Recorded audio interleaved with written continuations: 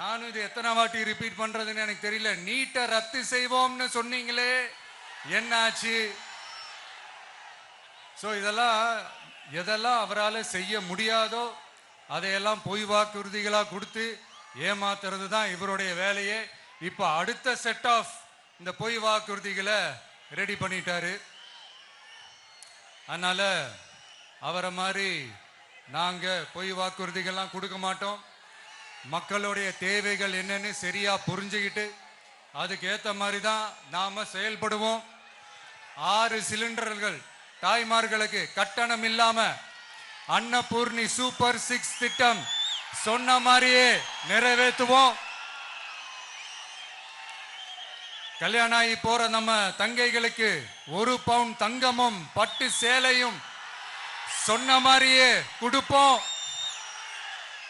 60 வயசு வரைக்கும் இருக்கிற குடும்ப தலைவிகளுக்கு மாதந்தோறும் 2500 சொன்ன மாதிரியே கொடுப்போம். என்னுடைய அம்மா, அக்கா, தங்கைகள் எல்லாருமே தமிழ்நாட்டில் எந்த மூலையிலிருந்து எங்க வேணாலும், தமிழ்நாட்டுக்குள்ள எந்த பஸ்ல வேணாலும் ஃப்ரீயா சொன்ன மாதிரியே ஃப்ரீயா போகலாம். கல்வி, ரேஷன், மருத்துவம், குடிநீர், சாலை வசதி, பஸ் போக்குவரத்து, இந்த மாதிரி அடிப்படை விஷயங்கள்ல தான் எங்களுடைய முதல் கவனம் இருக்கும். நான் ஏற்கனவே சொன்னது மாதிரி